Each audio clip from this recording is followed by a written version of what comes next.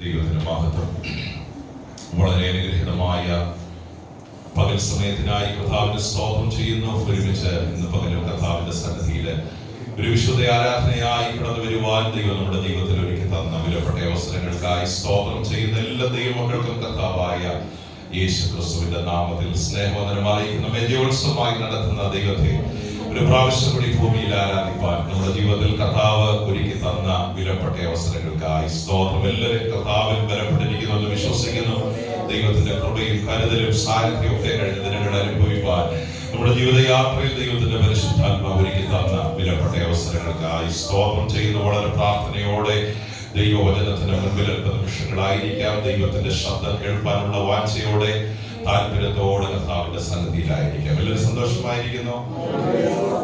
ചിരിച്ചിരുന്ന ദൈവത്തിന്റെ സ്തോത്രത്തെ വളരെ ഫ്രീ ആയി കർത്താവിൽ നിന്ന് പ്രാപിപ്പാനുള്ള മനസ്സോടെ ദൈവസന്നിധിയിലായിരിക്കാം. ഫിലിപ്പിയർ ലേഖനം 4-ാം അധ്യായം അതിന്റെ 13-ാമത്തെ വാക്യമാണ് ഇന്ന് പകൽ ചിന്തയ്ക്കായി നമ്മൾ ഒരുമിച്ച് വായിക്കുന്നത്. Philippians chapter 4 versus 30. 4-ാം അധ്യായം 13-ാമത്തെ വാക്യം.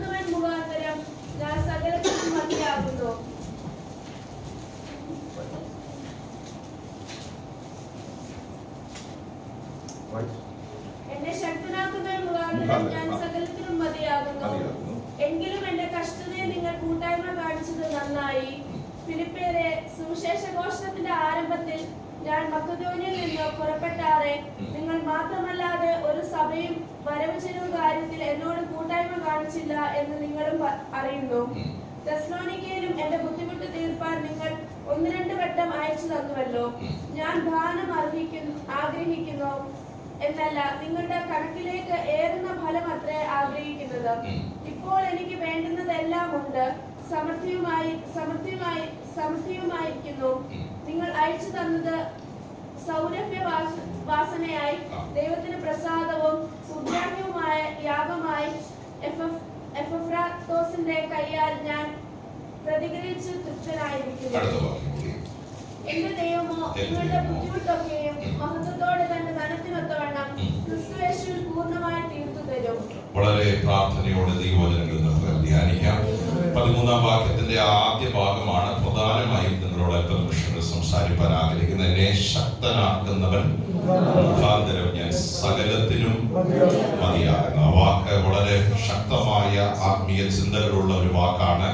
എന്നെ ശക്തനാക്കുന്നവൻ മുഖാന്തരം ഞാൻ സകലത്തിനും മതിയാകും. നമുക്ക് ഒരുമിച്ച് ആ വാക്യം ഒന്ന് ചേർന്ന് പറയാം. എന്നെ ശക്തനാക്കുന്നവൻ മുഖാന്തരം. ആ ശബ്ദത്തിൽ നമുക്കൊന്ന് പറയാം. എന്നെ നമ്മുടെ സൗണ്ടിന്റെ ബലം മനസ്സിലായല്ലോ. ഒന്നും കൂടെ നമുക്ക് ആരോഗ്യത്തോടെ പറയാം. എന്നെ ശക്തനാക്കുന്നവൻ മുഖാന്തരം സകലത്തിനും. നമ്മുടെ പകുതിയായിട്ടുള്ളൂ പൊട്ടൻഷ്യല്. ഒന്നും കൂടെ ശക്തിയോടെ പറയാം. എന്നെ സകലത്തിനും മതിയാകും. എന്നെ ശക്തനാക്കുന്നവൻ മുഖാന്തരം ഞാൻ സകലത്തിനും മതിയാകും. ഈ വചനത്തിലൂടെ ഇന്ന് പകൽ പരിശുദ്ധാത്മാവ് നമ്മോട് സംസാരിക്കുമാറാകട്ടെ. ഫിലിപ്പിയർ ലേഖനം വളരെ അനുഗ്രഹിക്കപ്പെട്ട സന്തോഷം നൽകുന്ന ചൈതന്യം നൽകുന്ന ദൈവജനത്തിന് പ്രത്യാശ നൽകുന്ന ഒരു അനുഗ്രഹിക്കപ്പെട്ട ലേഖനമാണ്. പൗലോസ് എഴുതിയ കാരാഗ്രഹ ലേഖനങ്ങളുണ്ട്. പ്രിസൺ എപ്പിസ്റ്റൽസ് എന്ന് പറയും. കാരാഗ്രഹ ലേഖനങ്ങൾ പൊതുവെ നമ്മൾ വിശ്വസിക്കുന്നത് ഏകദേശം 5 മുതൽ 6 വരെയുള്ള ലേഖനങ്ങൾ കാരാഗ്രഹ ലേഖനങ്ങളാണ്. പൗലോസ് എഴുതിയ കാരാഗ്രഹ ലേഖനങ്ങൾ എന്ന് പറയുമ്പോൾ കാരാഗ്രഹത്തിൽ ഇരുന്നുകൊണ്ടാണ് പല ലേഖനങ്ങളും ദൈവസഭയ്ക്ക് പരിശുദ്ധാത്മാവിനാൽ പൗലോസ് എഴുതുവാനിടയായി തീർന്നത്. അതിൽ ഫിലിപ്പിയർ ലേഖനം, കൊലോസ്യ ലേഖനം, എഫേസ്യ ലേഖനം, ഫിലമോൻ ലേഖനം, ചില പണ്ഡിതന്മാരുടെ അഭിപ്രായത്തിൽ തെസ്സലോനിക്കർക്ക് എഴുതിയ 2-ാം ലേഖനം, അതുപോലെ തന്നെ തിമോത്തിയോസിന്റെ 2-ാം ലേഖനം. ഈ ലേഖനങ്ങളാണ് പൊതുവെ കാരാഗ്രഹ ലേഖനങ്ങളായി, പ്രിസൺ എപ്പിസ്റ്റൽസ് എന്ന് പറയുന്ന കാരാഗ്രഹ ലേഖനങ്ങളായി അറിയപ്പെടുന്നത്. പൗലോസ് എഴുതിയ പൊതുവായ ഏകദേശം 14 ലേഖനങ്ങളുണ്ട്. അതിൽ 6 ലേഖനങ്ങൾ കാരാഗ്രഹ ലേഖനങ്ങളാണ്. ഒരു പ്രിസണിൽ ഇരുന്നുകൊണ്ട്, കാരാഗ്രഹത്തിൽ ഇരുന്നുകൊണ്ടാണ് പൗലോസ് ഈ ലേഖനങ്ങൾ എഴുതുന്നത്. ഒന്നുകൂടെ ഞാൻ പറയാം. ഫിലിപ്പിയർ ലേഖനം, കൊലോസ്യ ലേഖനം, എഫേസ്യ ലേഖനം, ഫിലമോൻ എഴുതിയ ലേഖനം, അതുപോലെ തന്നെ തിമോത്തിയോസിന് എഴുതിയ 2-ാം ലേഖനം, ഒരു പരിധി വരെ അഭിപ്രായത്തിൽ 2 തെസ്സലോനിക്ക ലേഖനം. ഇങ്ങനെ ഏകദേശം 6 ലേഖനങ്ങളാണ് കാരാഗ്രഹത്തിൽ ഇരുന്ന് പൗലോസ് പൗലോസ് എഴുതുവാനിടയായി തീർന്നത്. അതിൽ നമ്മൾ വായിച്ച വേദഭാഗം ഉൾക്കൊള്ളുന്ന ലേഖനം ഫിലിപ്പിയ ലേഖനമാണ്. ഇത് റോമിലെ കാരാഗ്രഹത്തിൽ വെച്ച് എഴുതിയ ലേഖനമാണ്. പൊതുവെ പൗലോസിന്റെ ജീവചരിത്രം പഠിക്കുമ്പോൾ 2 കാരാഗ്രഹങ്ങളിൽ ഇരുന്നാണ് പൗലോസ് ഈ ലേഖനങ്ങളൊക്കെ എഴുതിയത് എന്നാണ് നമ്മൾ മനസ്സിലാക്കുക. 2 കാരാഗ്രഹങ്ങളിൽ ഇരുന്നാണ്. ഒന്ന്, 2 റോമിൽ തന്നെയായിരുന്നു. പക്ഷേ റോമിൽ ഒരു കാരാഗ്രഹം എന്ന് പറയുന്നത് ഒരു ഭവനമായിരുന്നു. അതിനെ ഒരു ജയിലാക്കി മാറ്റി ആ കാരാഗ്രഹത്തിൽ ഇരുന്നു കൊണ്ടാണ് ഏകദേശം 4 മുതൽ 5 ലേഖനങ്ങൾ വരെ പൗലോസ് എഴുതിയത്. ദൈവത്തിന് സ്തോത്രം. ഈ അപ്പോസ്തല പ്രവൃത്തി 28-ാം അധ്യായം വായിക്കേണ്ട. 28-ാം അധ്യായം വായിച്ചു വരുമ്പോൾ ഏകദേശം 2 വർഷം ഒരു ഭവനത്തിൽ പാർത്തുകൊണ്ട് പൗലോസ് റോമിലായിരുന്നു എന്ന് നമ്മൾ വായിക്കുന്നുണ്ട്. അത് ഒരു കാരാഗ്രഹമായിരുന്നു. എന്ന് വെച്ചാൽ ഗവൺമെന്റ് ഒരു വീടിനെ കാരാഗ്രഹമായി പ്രഖ്യാപിച്ചുകൊണ്ട് പൗലോസിന് ഒരു സ്വാതന്ത്ര്യമില്ലാതെ ഭവനത്തിന് പുറത്തേക്കോ അല്ലെങ്കിൽ ദൈവത്തിന്റെ സ്തോത്രം വേണ്ടതുപോലെ സ്വന്തമായി കാര്യങ്ങൾ നിയന്ത്രിക്കാൻ കഴിയാതെ ഒരു കാരാഗ്രഹത്തിനകത്ത് പൊളിറ്റിക്കൽ പ്രിസണേഴ്സിനെ കാരാഗ്രഹം ബന്ധിക്കുന്നത് പോലെ ഒരു ജയിലിനകത്താക്കാതെ ഒരു ഭവനത്തിനകത്ത് പൗലോസിനെ കാരാഗ്രഹത്തിലാക്കി. അതൊരു ഹൗസ് അറസ്റ്റായി പ്രഖ്യാപിച്ച്, അതൊരു പ്രസനായി പ്രഖ്യാപിച്ച് ആ ഭവനത്തിനകത്തിരുന്നാണ് ഈ ഫിലിപ്പിയ ലേഖനം പൗലോസ് എഴുതുന്നത്. അപ്പം ആ ഭവനത്തിലായിരിക്കുമ്പോൾ 1 മാസം നിശ്ചിത നമ്പറുള്ള ആളുകളെ അവിടേക്ക് സ്വീകരിക്കാനും അവരുമായി സംസാരിക്കാനും ഒരു ഭവനത്തിൽ പാർക്കുന്ന സ്വാതന്ത്ര്യത്തിൽ പാർക്കുവാനുമുള്ള അവകാശം പൗലോസിന് ലഭിച്ചിരുന്നു. എന്നാൽ പൗലോസ് ഏറ്റവും അവസാനമായി എഴുതിയ ലേഖനം തിമോത്തിയോസിന്റെ 2-ാം ലേഖനമാണ്. അത് എഴുതിയത് ഈ ഹൗസ് അറസ്റ്റിലല്ല, മറിച്ച് മരണത്തെ കാത്തു കിടക്കുന്ന, കഴിഞ്ഞ ദിവസങ്ങളിൽ ഓർപ്പിച്ചതുപോലെ പാറയ്ക്കകത്ത് വെട്ടിയെടുത്ത ഒരു അണ്ടർഗ്രൗണ്ടിനകത്ത് പാർത്ത് മരണം ഏത് നിമിഷവും കാത്തിരിക്കുന്ന സമയത്താണ് 2 തിമോത്തിയോസ് ലേഖനം എഴുതി. അതുകൊണ്ടാണ് പൗലോസ് പറഞ്ഞ, ഞാൻ ഇപ്പോൾ തന്നെ പാനീയയാഗമായി ഒഴിക്കപ്പെടും, ഞാൻ നല്ല പോർ പൊരുതു, ഓട്ടം തികച്ചു, വിശ്വാസം കാത്തു, എന്റെ നിര്യാണകാലം അടുത്തിരിക്കുന്നു എന്ന് പൗലോസ് പറയുക. അത് എഴുതിയത് ഈ ഹൗസ് അറസ്റ്റിലല്ല, മറിച്ച് ഒരു അണ്ടർഗ്രൗണ്ടിൽ കിടക്കുമ്പോഴാണ് ആ ലേഖനം പൗലോസ് ദൈവസഭയ്ക്ക് എഴുതുവാനിടയായിരുന്നത്. അപ്പം റോമിലെ ഭവനത്തിൽ ഒരു ഹൗസ് അറസ്റ്റിൽ കഴിയുന്ന സമയത്ത് പൗലോസ് എഴുതി അനുഗ്രഹിക്കപ്പെട്ട ഒരു ലേഖനമാണ് ഫിലിപ്പിയ ലേഖനം. കർത്താവിൽ എപ്പോഴും സന്തോഷിപ്പീൻ എന്ന് ഞാൻ നിങ്ങളോട് പറയുന്നു. അപ്പം ആ ദൈവിക സന്തോഷത്തെ ജനത്തിനിടയിൽ വെളിപ്പെടുത്തുവാൻ പൗലോസ് ഉപയോഗിച്ചൊരു മാധ്യമമായിരുന്നു ഫിലിപ്പിയ ലേഖനം എന്ന് പറയുന്നത്. ദൈവത്തിന്റെ സ്തോത്രം. ഈ ഫിലിപ്പിയ സഭ എന്ന് പറയുന്നത് യൂറോപ്പിൽ ആരംഭിച്ച ആദ്യ സഭ. നമുക്കതിന്റെ ചരിത്രഭാഗം അറിയാം.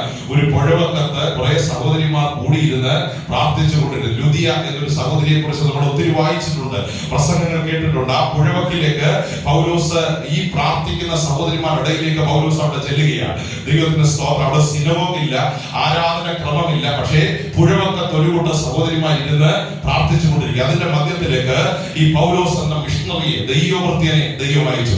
അവിടെ ആദ്യമായി യൂറോപ്പിൽ വചനം പ്രസംഗിച്ചു.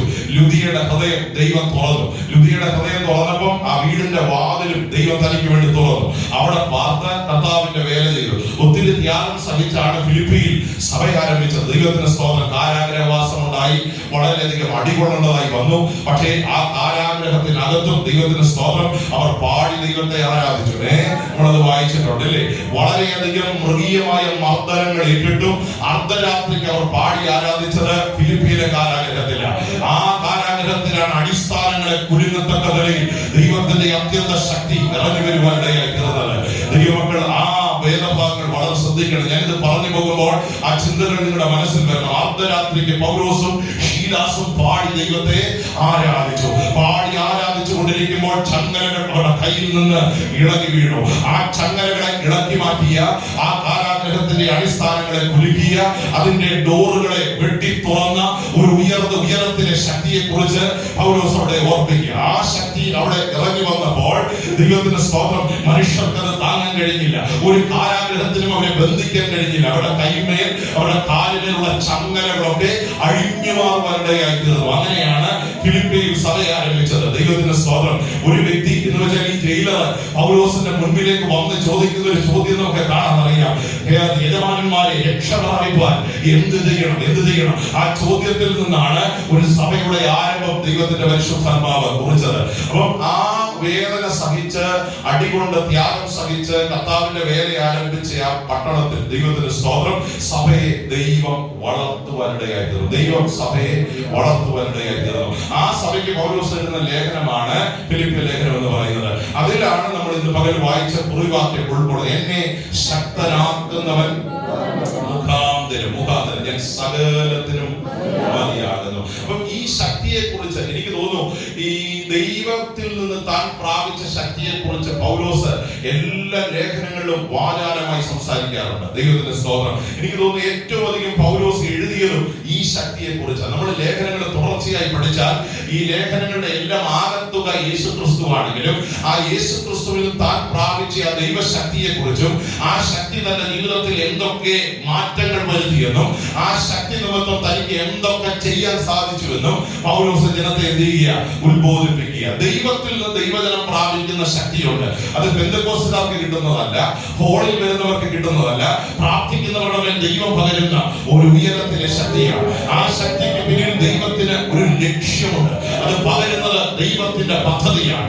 ആ ശക്തി ഒരു മനുഷ്യന്റെ അകത്ത് വന്നാൽ ഒരു വ്യക്തി മൗനമായിരിക്കത്തില്ല. ആ ശക്തി ഒരു വ്യക്തിക്കകത്ത് വന്നാൽ അവന്റെ അകത്ത് നിരാശവനെ പിടികൊടുക്കത്തില്ല. ആ ശക്തി ഒരു ദൈവത്തിന്റെ അകത്ത് വന്നാൽ അവന്റെ ആത്മീയ ജീവിതത്തെ ബന്ധിക്കാൻ കഴിയില്ല, അവന്റെ ആരാധനയെ ബന്ധിക്കാൻ കഴിയില്ല, ശുശ്രൂഷയെ ബന്ധിക്കാൻ കഴിയില്ല, ആത്മീയ കാഴ്ചപ്പാടുകളെ ഇല്ലായ്മ ചെയ്യാൻ കഴിയില്ല. ആ ശക്തിക്ക് എന്തൊക്കെ പൊട്ടൻഷ്യൽ ഉണ്ടെന്നും ആ ശക്തിക്ക് എന്തൊക്കെ ചെയ്യാൻ കഴിയുന്നു. നമ്മെ വിളിച്ചു പറയുന്ന ലേഖനങ്ങൾ നമ്മുടെ മുന്നിൽ വായിക്കുമ്പോൾ ഇന്ന് മകൻ വായിച്ച കുറിവാക്യം ഒന്നും കൂടെ ശക്തിയോടെ എടുത്തു പറയട്ടെ. എന്നെ ശക്തനാക്കുന്നവൻ മുഖാന്തരം ഞാൻ സകലത്തിനും. ആ ശക്തിയെ കുറിച്ച് നമ്മൾ അല്പനിമിഷങ്ങൾ ചിന്തിക്കുവാൻ തുടങ്ങിയ ദൈവത്തിന്റെ സ്തോത്രം. ഇത് ആഹാരത്തിൽ നിന്ന് ലഭിക്കുന്ന ശക്തിയല്ല, ഇത് ബുദ്ധിപരമായ ശക്തിയല്ല, ഇത് ഉയരത്തിൽ നിന്ന് ദൈവം ഒരു ദൈവത്തിന്റെ മേൽ പകരുന്ന ആത്മശക്തിയാണ്. ദൈവത്തിന്റെ സ്തോത്രം. എഫേസ്യർ ലേഖനം 6-ാം അധ്യായം 10-ാം വാക്യം നമ്മൾ വായിക്കുമ്പോൾ ഇതേ വാക്ക് പൗലോസ് ഓർപ്പിക്കുക. ഒടുവിൽ കർത്താവിലും അവന്റെ അമിത ബലത്തിലും. ഈ ശക്തിക്ക് പൗലോസ് കൊടുത്ത ഒരു വാക്കാണ് അമിതബലം. എക്സീഡിംഗ് പവർ എന്നൊരു പദമാണ് ഇംഗ്ലീഷിൽ കൊടുത്തിരിക്കുന്നത്. അമിതബലം. ബലവുണ്ട്, അമിത ബലവുണ്ട്. ഒടുവിൽ കർത്താവിലും അവന്റെ അമിത ബലത്തിലും എന്ത് ചെയ്യണം? ശക്തിപ്പെടണം. ഈ ശക്തി എന്നൊരു വാക്കിന് പൗലോസ് കൊടുത്ത മനോഹരമായ ഒരു പദമാണ് അമിതബലം എന്ന് പറയുന്നത്. ദൈവത്തിന്റെ സ്തോത്രം. ബലമില്ലെങ്കിൽ നമുക്ക് യോഗത്തിന് വരാൻ പറ്റില്ല, ജോലി ചെയ്യാൻ പറ്റില്ല. നമുക്ക് എല്ലാത്തിനും എന്താ ആവശ്യമാണ്? ബലം ആവശ്യമാണ്. ഈ ലോകത്തിൽ എന്തെങ്കിലും ഒരു കാര്യം ചെയ്യണമെങ്കിൽ നമുക്ക് എന്താ ആവശ്യമാണ്? ശാരീരിക ബലം ആവശ്യമാണ്. പക്ഷെ ഈ ശാരീരിക ബലത്തിൽ നിന്നും തികച്ചും വ്യത്യസ്തമാണ് ദൈവശക്തി എന്ന് പറയുന്നത്. ദൈവശക്തി എന്ന് പറയുന്നത് എല്ലാം ചെയ്യാനുള്ള ഒരു മുഖാന്തരമല്ല, മറിച്ച് നമ്മെ കുറിച്ച് ദൈവം ആഗ്രഹിക്കുന്ന കാര്യങ്ങൾ ചെയ്തെടുക്കാൻ നമ്മെ പ്രാപ്തരാക്കുന്നതാണ് ദൈവശക്തി. ആഗ്രഹിക്കുന്നത് എന്തും ചെയ്തെടുക്കാൻ ഈ ശക്തി നമ്മെ സഹായിക്കില്ല, മറിച്ച് ദൈവം നമ്മെ കുറിച്ച് ആഗ്രഹിക്കുന്ന കാര്യങ്ങൾ ഏത് പ്രതികൂല സാഹചര്യങ്ങളിലും ചെയ്തെടുക്കാനുള്ള കൃപ ഈ ശക്തി നമ്മുടെ മേൽ പറയും. ഞാൻ പറഞ്ഞു മനസ്സിലാക്കുന്നുണ്ട്. ഒരു ദൈവവേദനായതുകൊണ്ട് ഈ ശക്തി നമ്മുടെ മേൽ ഉണ്ടാകണമെന്നില്ല. ചർച്ച വരുന്നത് കൊണ്ടും ഈ ശക്തി നമുക്ക് ഉണ്ടാകണമെന്നില്ല.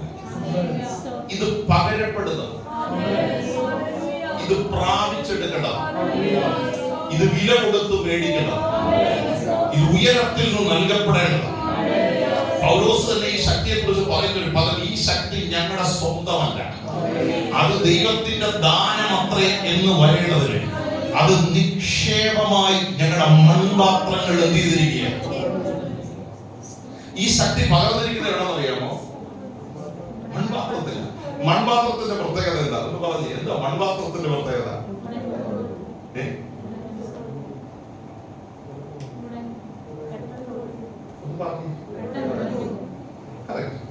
മൺപാത്രത്തിന് എന്തില്ല?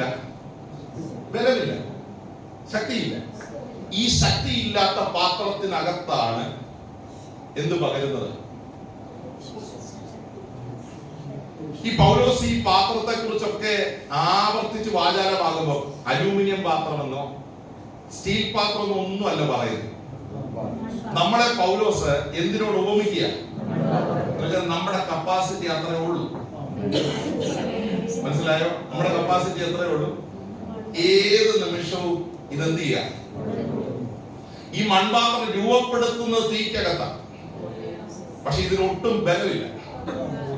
പക്ഷെ ഈ മൺപാത്രത്തിനകത്താ ഉയരത്തിലെ അത്യന്ത ശക്തി, അമിത ബലം എന്ന് പൗലോസ് പറയുന്ന ആ ശക്തി ദൈവം എന്ത് ചെയ്യുന്നത് രക്തത്താൽ ജയമെടുക്കുക.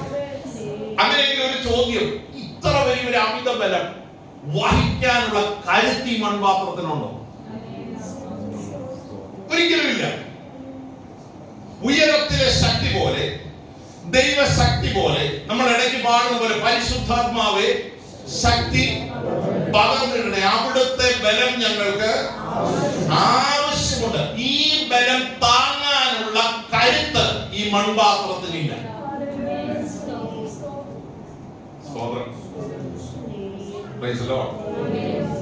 പക്ഷേ ഈ ശക്തി പകരപ്പെടുന്നത് മൺപാത്രങ്ങളിൽ. ഈ മൺപാത്രം എപ്പോഴും ഓർത്തോണം, എന്റെ കരുത്ത് കൊണ്ടല്ല ഞാൻ ഇത് താങ്ങുന്നത്, എന്റെ ബലം കൊണ്ടല്ല ഞാൻ നിൽക്കുന്നത്, മറിച്ച് ഈ ശക്തിയെ വഹിക്കുവാൻ എന്റെ ദൈവം എന്നെ യോഗ്യനാക്കി തീർക്കുകയാണ്. ഈ യോന മത്സ്യത്തിന്റെ വയറ്റിൽ വീണു എന്ന് നമ്മൾ വചനത്തിൽ എന്ത് ചെയ്യുന്നുണ്ട്, വായിക്കുന്നുണ്ട്. ദൈവം ഒരു മത്സ്യത്തെ കൽപ്പിച്ചാണ്, തിമിംഗലം കൊണ്ട് എഴുതിയിട്ടില്ലെങ്കിലും ഒരു വലിയ മത്സ്യത്തെ ദൈവം എന്ത് ചെയ്തു, കൽപ്പിച്ചാണ്. ഈ മത്സ്യത്തിന്റെ വയറ്റിലാണ് 3 ദിവസം യോന എന്ത് ചെയ്തത്. ഈ ഒരു മത്സ്യത്തിന്റെ വയറ്റിലൊക്കെ കിടന്നാൽ നമ്മുടെ വയറ്റിലൊക്കെ എന്തുണ്ട്, ഒരു ആഹാര വസ്തു അകത്ത് പോയാൽ എന്ത് സംഭവിക്കും നമുക്കതറിയാം. ദഹിക്കും, ഡൈജഷൻ ഉണ്ടാവും ഇല്ലേ? അതിന് പറ്റിയ എൻസൈമുകൾ നമ്മുടെ ശരീരത്തിനകത്ത്, നമ്മുടെ വയറിനകത്തുണ്ട്. ഒരു വയറിനകത്ത് ഏത് വസ്തു പോയാലും അതെന്ത് ചെയ്യും, ദഹിക്കും. അത്ര ശക്തമായ പവർഫുൾ എൻസൈമുകളാണ് നമ്മുടെ സ്റ്റൊമക്കിനകത്ത് ഉള്ളത്. അപ്പം ഈ യോന ഇതിനകത്ത് പോകുമ്പോൾ എന്ത് സംഭവിക്കണം നോർമലി? പക്ഷെ ഈ 3 ദിവസം കിടന്നിട്ട് ഒരു രോമത്തിന് പോലും കേട് വന്നില്ല. വിശ്വാസമൊന്നും ഉണ്ടോ? വിശ്വാസമുണ്ടോ? അപ്പം ആ യോനെ പ്രൊട്ടക്ട് ചെയ്ത ഒരു കവറുണ്ട് എന്നത് വിശ്വസിക്കുക. അതിനകത്ത് ദൈവ മനുഷ്യനെ പരിപാലിച്ച ഒരു കവറുണ്ട്. അതാ ദൈവകൃപ എന്ന് പറയും. ഒരു രോമത്തിന് പോലും കേടുവരാതെ, തീക്കകത്തുകൂടെ കടന്നുപോയാലും വെന്തു പോകാതെ, വെള്ളത്തിനകത്തുകൂടെ കടന്നുപോയാലും മുങ്ങിപ്പോകാതെ പുറത്തു കൊണ്ടുവരുന്ന ഒരു ദൈവകൃപ. പുതിയ ദൈവത്തിൽ ആ കൃപയെ വിളിക്കുന്ന പേര് ശക്തി എന്ന. ഏത് അവസ്ഥകൾക്കകത്തു നിന്ന് നമ്മെ പുറത്തു കൊണ്ടുവരുന്ന ആ ദൈവശക്തിയെ കുറിച്ചാണ്. എന്റെ കൊച്ചു പ്രായത്തിലൊക്കെ എനിക്ക് ഓർമ്മയുണ്ട്. ഞാൻ വളർന്നൊരു ഭാഷണില്ല. ആരെങ്കിലും പുതിയ ഒരാൾ നമ്മളെ കണ്ടാൽ ആദ്യം ചോദിക്കുന്ന ചോദ്യം അഭിഷേകം പ്രാപിച്ചാണോ? നിങ്ങളുടെ കൊച്ചു പ്രായത്തിൽ നിങ്ങളെ കേട്ടിട്ടുണ്ടോ? ഞാൻ മാത്രമേ ഉള്ളൂ തോന്നുന്നു കേരളത്തിൽ നിന്ന് വന്നു. നാട്ടിൽ നിന്ന് വന്നവരുണ്ടോ?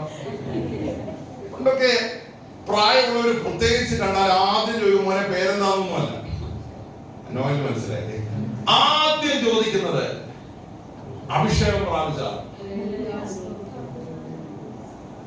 എല്ലാറ്റിനേക്കാൾ ഉപരിയാണ് ഉയരത്തിലെ ശക്തിക്ക് വില കൊടുത്ത ഒരു തലമുറ ആ കാലഘട്ടത്തിൽ ഉണ്ടായി. ഇന്നും ഒരു ന്യൂനപക്ഷമായി അത് മാറിയിരിക്കുക. ആത്മാവിലുള്ള ആരാധനയോ ആ സന്തോഷമോ അനുഭവിക്കാൻ കഴിയാതെ, ഒരുപക്ഷെ അതിൽ വലിയ താല്പര്യമില്ലാതെ,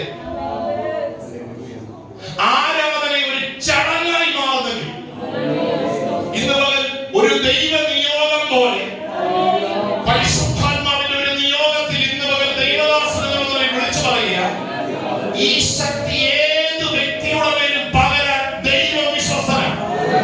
ഇതിന് പ്രായം വിഷയമല്ല, ഇതിന് ആരോഗ്യ വിഷയമല്ല, ഇതിന് കുടുംബ പശ്ചാത്തല വിഷയമല്ല, ഇതിന് ജോലി വിഷയമല്ല,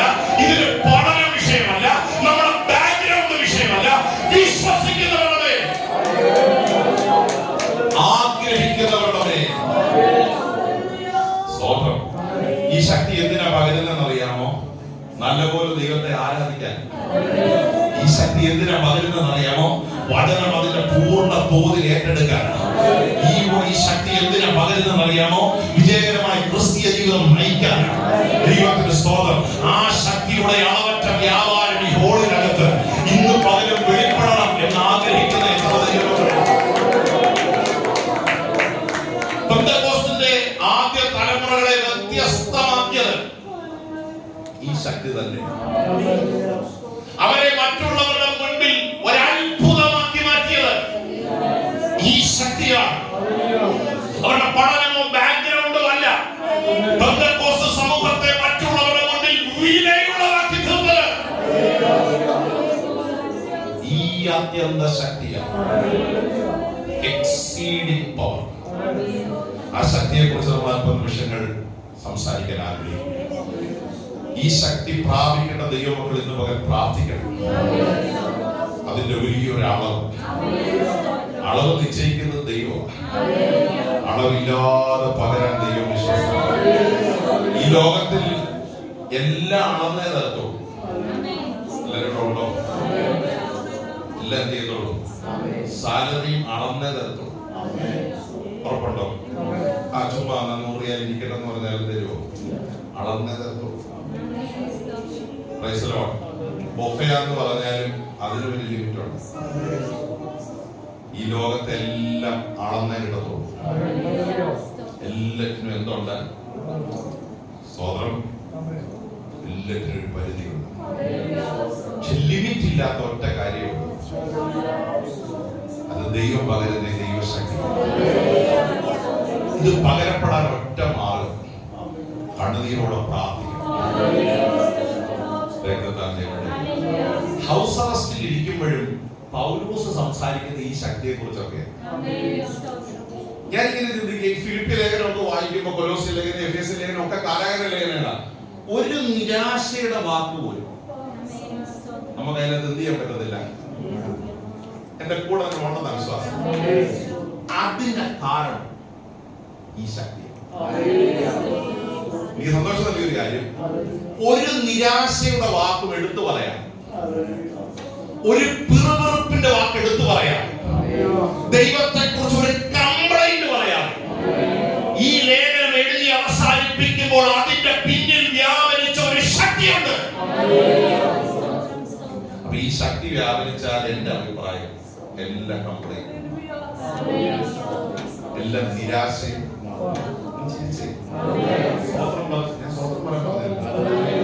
സന്തോഷത്തോടെ എന്ത് ചെയ്യണം? എല്ലാവരും നോക്കിക്കേ. കുനിഞ്ഞിരുന്ന നിങ്ങളുടെ കഴുത്ത് വേദനയും എന്നെ ഒന്ന് നോക്കി ആ സന്തോഷമെങ്കിലും നിങ്ങൾക്ക് എന്റെ കൂടെ നിങ്ങളുണ്ടോ?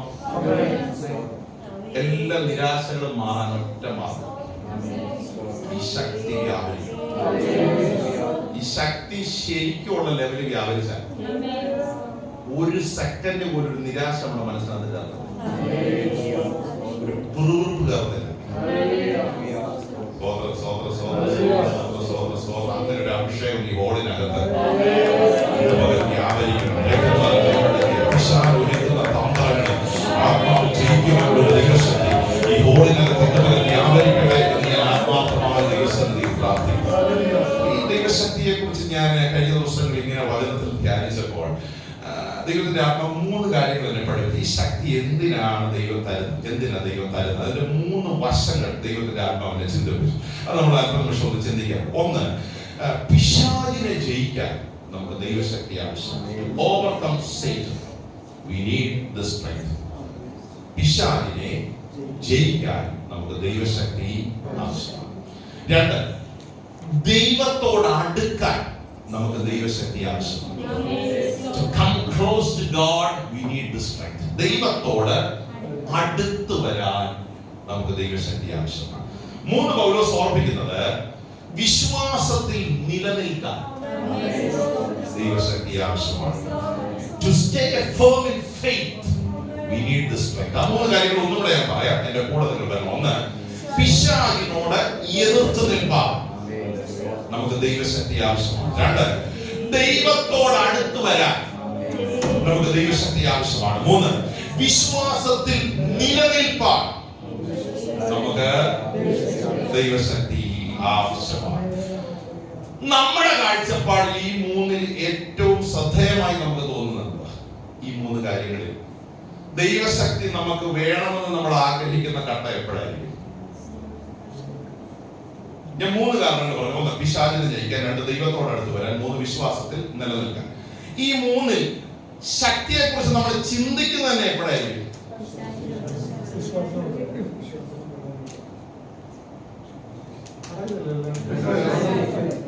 നമുക്ക് ഏതാ എക്സൈറ്റിംഗ് ആയിട്ട്, അല്ലെങ്കിൽ ശക്തി നമ്മൾ എപ്പോഴാണ് ഇതിനെ കുറിച്ച് ഓർക്കുന്നത്? വല്ലപ്പോഴെങ്കിലും ഒന്ന് ഓർക്കുന്നത് എപ്പോഴാണ്? ഒന്നാമത്തെ ഭാഗം, പിശാചിനോട് ആ റലം വരുമ്പോഴാണ് നമ്മൾ എന്തിനെ കുറിച്ച് ഓർക്കുന്നത്. അല്ലെങ്കിൽ നമുക്കിത് ആവശ്യമില്ല. എല്ലാവരും ഇവിടെ ഉണ്ടോ? അന്യഭാഷ സംസാരിക്കണമെന്ന് പാട്ട് ശബ്ദം വെച്ച് പാടുന്ന ഇത്ര വലിയ ഹലോ, പക്ഷെ ഒരു പ്രോബ്ലം വരട്ടെ, സൗണ്ട് മാറും. ഹലോ, പ്രാർത്ഥനയുടെ രീതി മാറും. നമ്മൾ എന്തിനെ കുറിച്ച് ഓർക്കും? എന്തിനെ കുറിച്ച്? ഓ, അപ്പൊ ഇടയ്ക്കെങ്കിലും അത് ഓർക്കാൻ വേണ്ടിയാ ദൈവം ചിലത്. പിശാച് സ്ട്രോങ് ആകുന്നതിന്റെ കാരണം ഇടയ്ക്കെങ്കിലും എന്തിനെ കുറിച്ച് ഓർക്കണം. വ്യതിക്കോസുകാരാണോ നമുക്കറിയാം, നമ്മൾ ഈ ബോർഡിലാണ് വരുന്നതെന്നും അറിയാം. പക്ഷെ ഇടയ്ക്കെങ്കിലും ആ ശക്തിയെ കുറിച്ച് ഒന്ന് ഓർക്കണമെങ്കിൽ ആര് സ്ട്രോങ് ആകണം? ഒരു ഗോലിയാത്ത് ഇല്ലെങ്കിൽ ഒരു ദാവീദ് ഒരിക്കലും രംഗത്ത് വരില്ല. രംഗത്ത് വരണമെങ്കിൽ ശക്തരായ പ്രതിയോഗി അവിടെ. ഓക്കെ, നമുക്ക് എക്സൈറ്റിംഗ് ആയുള്ള കാര്യത്തെ തുടങ്ങാം. എന്നിട്ട് നമുക്ക് 2-3 എന്ത് ചെയ്യാം? സന്തോഷമാണോ? പിശാചിനോട് എതിർത്ത് നിൽപ്പാൻ നമുക്ക് ദൈവശക്തി. എഫെസ്യർ ലേഖനം 6-ാം അധ്യായം 11-ാം വാക്യം വായിച്ച് നമുക്ക് കാണാൻ അറിയുന്ന ഒരു വാക്യമാണെങ്കിലും ഇതിനോട് ചേർത്തുള്ള ഒരു വാക്യം. എഫെസ്യർ ലേഖനം 6-ാം അധ്യായം 11-ാം വാക്യം.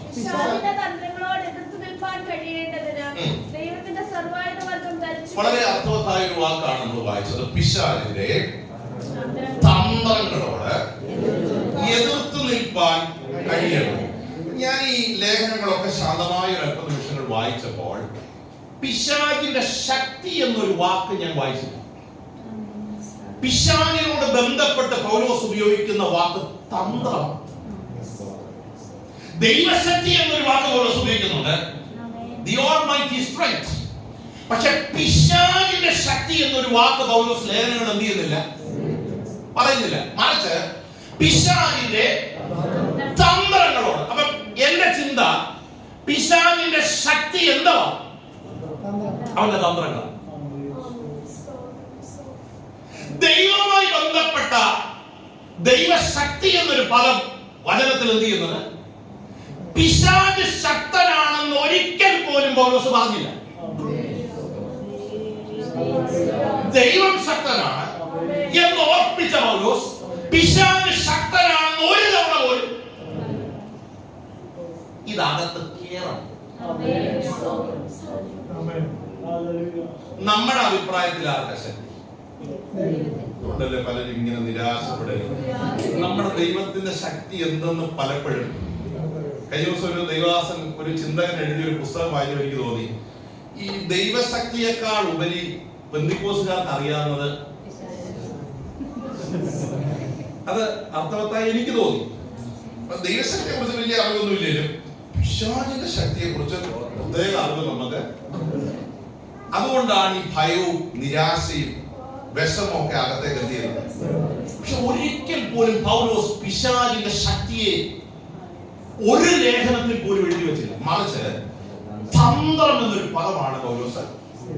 അപ്പൊ പിശാചിന്റെ ഏറ്റവും വലിയ ആയുധം എന്തുവാ? സന്തോഷമാണോ? നമ്മൾ ആ തന്ത്രം എന്നൊരു വാക്കിനെ കുറിച്ച്, തന്ത്രങ്ങളെ നിങ്ങൾ അറിയാത്തവരല്ല. എഫെസ്യർ ലേഖനത്തിൽ പറയുന്നു, പിശാചിന്റെ തന്ത്രങ്ങളോട് എതിർത്ത് നിൽക്കേണ്ടതിന് ദൈവത്തിന്റെ സർവായുധ വർഗം ധരിച്ചുകൊള്ളി. എതിർത്ത് നിന്നില്ലെങ്കിൽ എന്തോ പറ്റും? തന്ത്രങ്ങളോട് എതിർത്ത് നിന്നില്ലെങ്കിൽ എന്ത് പറ്റും? പിശാച് ജയിക്കും. പിശാചിനെ ജയിക്കണമെങ്കിൽ, ആ തന്ത്രങ്ങളെ ജയിക്കണമെങ്കിൽ നമുക്ക് എന്താ ആവശ്യമാണ്? ഞാൻ ഈ ശാന്തമായി വചനധ്യാനത്തിൽ ഈ പിശാചിന്റെ തന്ത്രങ്ങൾ എന്തൊക്കെയാണെന്നൊന്ന് ചിന്തിച്ചു. എല്ലാം പറയാൻ നമുക്ക് സമയമില്ലെങ്കിലും ഒരു 3-4 കാര്യം നമുക്ക് ഒരുമിച്ച് ചിന്തിക്കാം. ഈ പിശാച് ഉപയോഗിക്കുന്ന ഏറ്റവും വലിയൊരു തന്ത്രം നിരാശയാണ്. അങ്ങനെ ജീവിതത്തിൽ എപ്പോഴെങ്കിലും തോന്നിയിട്ടുണ്ടോ? പിശാച് ഉപയോഗിക്കുന്ന ഏറ്റവും വലിയ, അടുത്തതിലേക്കൊക്കെ വരുമ്പോൾ ഇച്ചിരി മുഖം പാടും, എന്നാലും കുഴപ്പമില്ല, ആദ്യത്തെ വലിയ കുഴപ്പമില്ല. പിശാച് ഒരുക്കുന്ന ഏറ്റവും വലിയ തന്ത്രം നിരാശ. നിരാശയിലൂടെ കടന്നു പോകാത്ത ഒരാൾ പോലും ഇതിനകത്തുണ്ടെന്ന് ഞാൻ വിശ്വസിക്കുന്നു.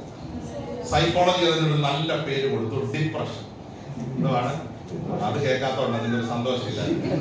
അതാണ് കോമൺ. ഡിപ്രഷൻ എന്നൊരു പദം, നിരാശ എന്നൊരു പദം എല്ലാവരും ഇവിടെ ഉണ്ടോ? ജീവിതത്തിന്റെ പല ഘട്ടങ്ങളിലും ഈ വേലി ഇറക്കങ്ങളിലൂടെ, കയറ്റങ്ങളിലൂടെ കയറി പോയവരാണ് നമ്മളെല്ലാവരും.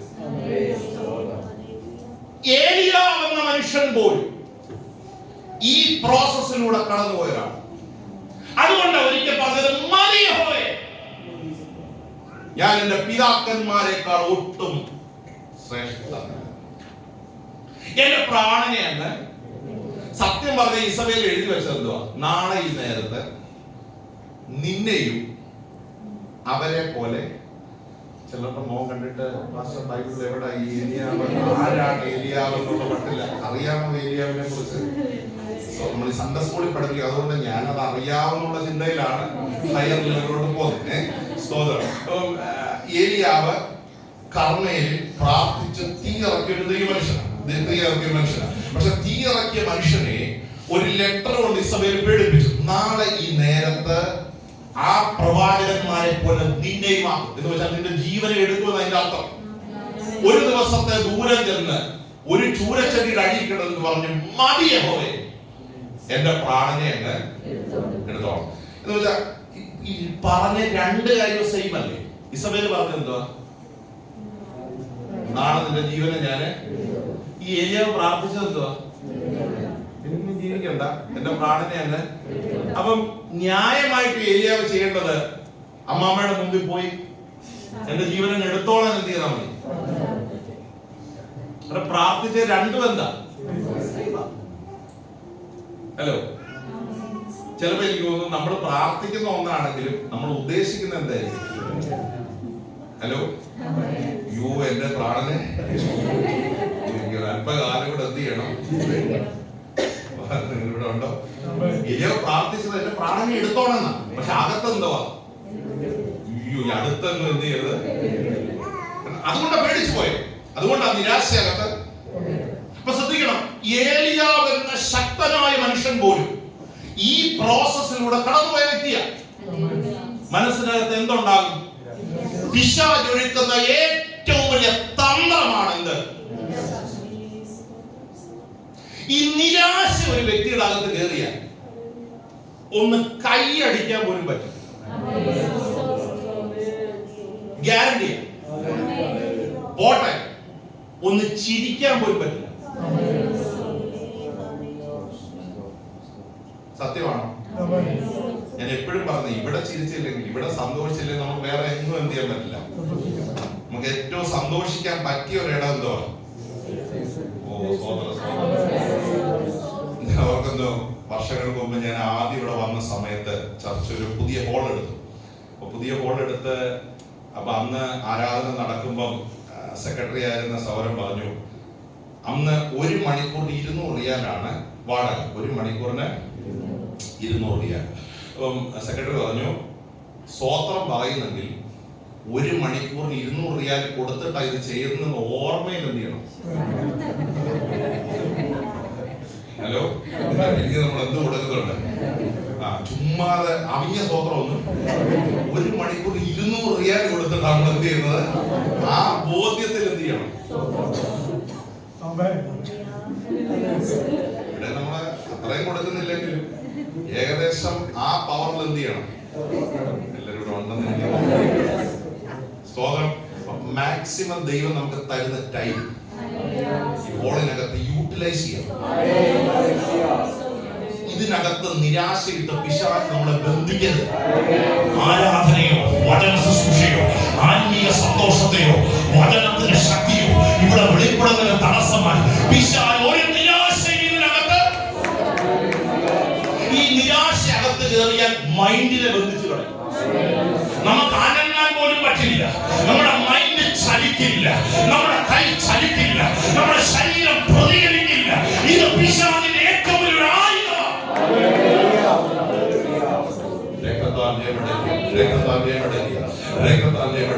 ഈ പൗലോസ് കടന്നുപോയ അവസ്ഥകളൊക്കെ ഓർത്ത നിരാശ ഏറ്റവും കൂടുതൽ ബന്ധിക്കേണ്ട ഒരു വ്യക്തി പൗലോസാണ്. പക്ഷേ ഈ ഹൗസ് അറസ്റ്റിന്റെ ഇടയിലും കാരാഗ്രഹത്തിനിടയിലും പൗലോസ് പറഞ്ഞു, എന്നെ ശക്തനാക്കുന്നവൻ മുഖാന്തരം ഞാൻ സകലത്തിലും. ഇവിടെ എല്ലാം പൗലോസ് പോസ്റ്റ് ചെയ്യുന്നത് ആശ്രയിക്കുന്നത് എന്തിനാണെന്നറിയാമോ? സ്തോത്രം, സ്തോത്രം. അങ്ങനെയെങ്കിൽ ഞാൻ ഒരു കാര്യം പറയാം. നിരാശകളെ അതിജീവിക്കുന്ന ഒരു ദൈവശക്തിയായി ഹോളിനകത്ത് ഇന്നുവരെ വ്യാപരിക്കുന്നത്. നിങ്ങളുടെ മനസ്സിൽ അത് സാമ്പത്തികമാകാം, കുടുംബപരമാകാം, നിങ്ങളുടെ ജീവിതത്തിൽ ഫേസ് ചെയ്യുന്ന ഡിപ്രഷനാകാം, പ്രശ്നങ്ങളാകാം, യൗവനക്കാരെ, സുഹൃത്തുക്കളെ, ഇന്നുവരെ നിങ്ങളോട് ഇതിനെ അതിജീവിക്കാൻ ഈ ദൈവശക്തിക്ക് കഴിയും കേട്ടോ, കഴിയും കേട്ടോ. ഈ ദൈവശക്തി ഒരു വ്യക്തിയുടെ വ്യാപരിച്ചാൽ ദൈവത്തിന് ഈ ഭൗതികമായ ഒരു ചിന്തകൾക്കകത്തും നിങ്ങളുടെ മനസ്സിനെ കുടുക്കിയ പിശാചിന് കഴിയില്ല.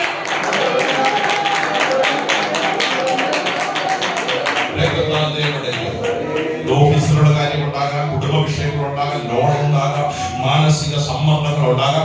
നിരാശ ഒരു വ്യക്തിക്കകത്ത് കയറിയ എല്ലാവരും ഉണ്ടോ? ഒരിക്കലും ചിരിക്കാൻ പോയോ വ്യക്തിക്ക് കഴിയില്ല. ശരീരം പ്രതികരിക്കില്ല, മൈൻഡ് പ്രതികരിക്കില്ല. പിശാചിന്റെ ഏറ്റവും വലിയ ലക്ഷ്യം എന്താ?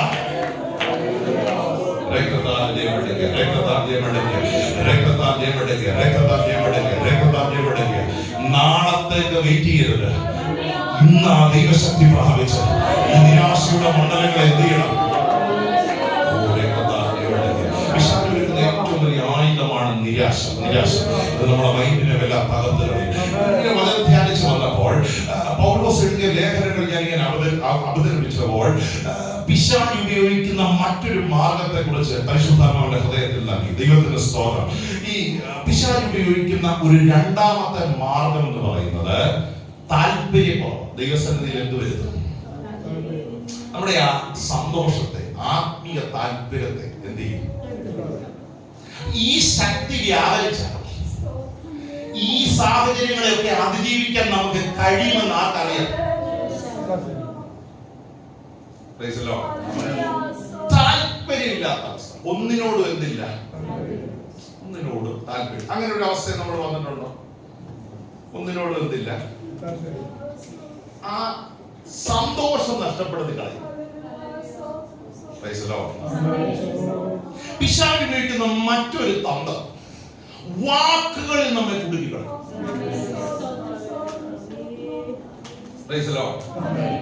നല്ല ഒരു ആരാധനയ്ക്ക് വരുമ്പോഴായിരിക്കും വീടിനകത്ത് ഒരു കൊച്ചു വിഷയം.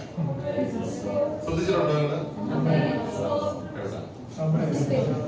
ചിലപ്പോ വണ്ടി ഇരുന്നായിരിക്കും ഒരു കൊച്ചു വാക്ക്. എന്റെ കൂടെ ഉണ്ടോ? ഇതാരുടെ തന്ത്രമാണ്? നിങ്ങള് ശ്രദ്ധിച്ച് മനസ്സിലാക്കിയിട്ടുണ്ടോ? സോദരം ചിലപ്പോ ആരെയും എന്തേലും ഒക്കെ. ചില നാളുകൾക്ക് മുമ്പ് ഒരു സഹോദരനെ പരിചയപ്പെട്ടു. അപ്പം ആശീർവാദം പറയുമ്പോഴേ അദ്ദേഹം എന്ത് ചെയ്യും? പോ. അപ്പൊ ഞാനിങ്ങനെ ചോദിച്ചു, അതെന്താ സഹോദരൻ, എല്ലാവർക്കും ഒന്ന് കൈയൊക്കെ കൊടുത്ത് ഒരു സ്വതന്ത്രമൊക്കെ പറഞ്ഞിട്ട് വേണ്ടേ പോകാൻ. അപ്പൊ എന്നോട് പറഞ്ഞു, പാസ്റ്ററെ, ഞാൻ അവിടെ നിന്ന ആരെയും എന്തേലും ഒക്കെ പറയും, ഞാനും തിരിച്ച്. ഇതാകുമ്പോ ഒരു ശല്യമില്ല. ആശീർവാദം പറയുമ്പോഴേ വിശ്വാസികളുടെ മുമ്പിൽ ഇതുപോലെ മാന്യനായ ആരോടും എനിക്ക് ശല്യമില്ല, ആർക്കും എന്നോടും. ആദ്യം കേട്ടപ്പോൾ നല്ലതാണെന്ന് എനിക്ക് തോന്നിയെങ്കിലും ഇതിനകത്തൊരു അപകടമുണ്ട്. മനസ്സിലായോ? ഇല്ല. നമുക്ക് തോന്നും നല്ല കാര്യം, ഞാൻ ഒന്നിലും ഇടപെടുന്നില്ല, ഒരു കാര്യത്തിൽ അഭിപ്രായം പറയുന്നില്ല. യോഗം കഴിയുമ്പോൾ കൃത്യമായിട്ട് പോകും, യോഗം തുടങ്ങുമ്പോൾ കൃത്യമായിട്ട് ഹലോ. പക്ഷെ നിനക്ക് ഇല്ലാത്ത ഒരു കാര്യം, ആരെങ്കിലും എന്തെങ്കിലും പറഞ്ഞാൽ കേൾക്കാനുള്ള അത് അപകടമാണോ? ഞാൻ ആദ്യമേ ജാമ്യം എടുത്തു. താഴോട്ട് വരുമ്പോ എന്തുണ്ടാകും? നമ്മുടെ ആ സന്തോഷമൊക്കെ എന്ത് ചെയ്യും? ആരെങ്കിലും എന്തേലും പറഞ്ഞാൽ നമ്മുടെ മനസ്സ് നിരാശപ്പെടുന്നുണ്ട്. അത് പിശാച് ഒരുക്കുന്ന ഏറ്റവും വലിയ തന്ത്രം.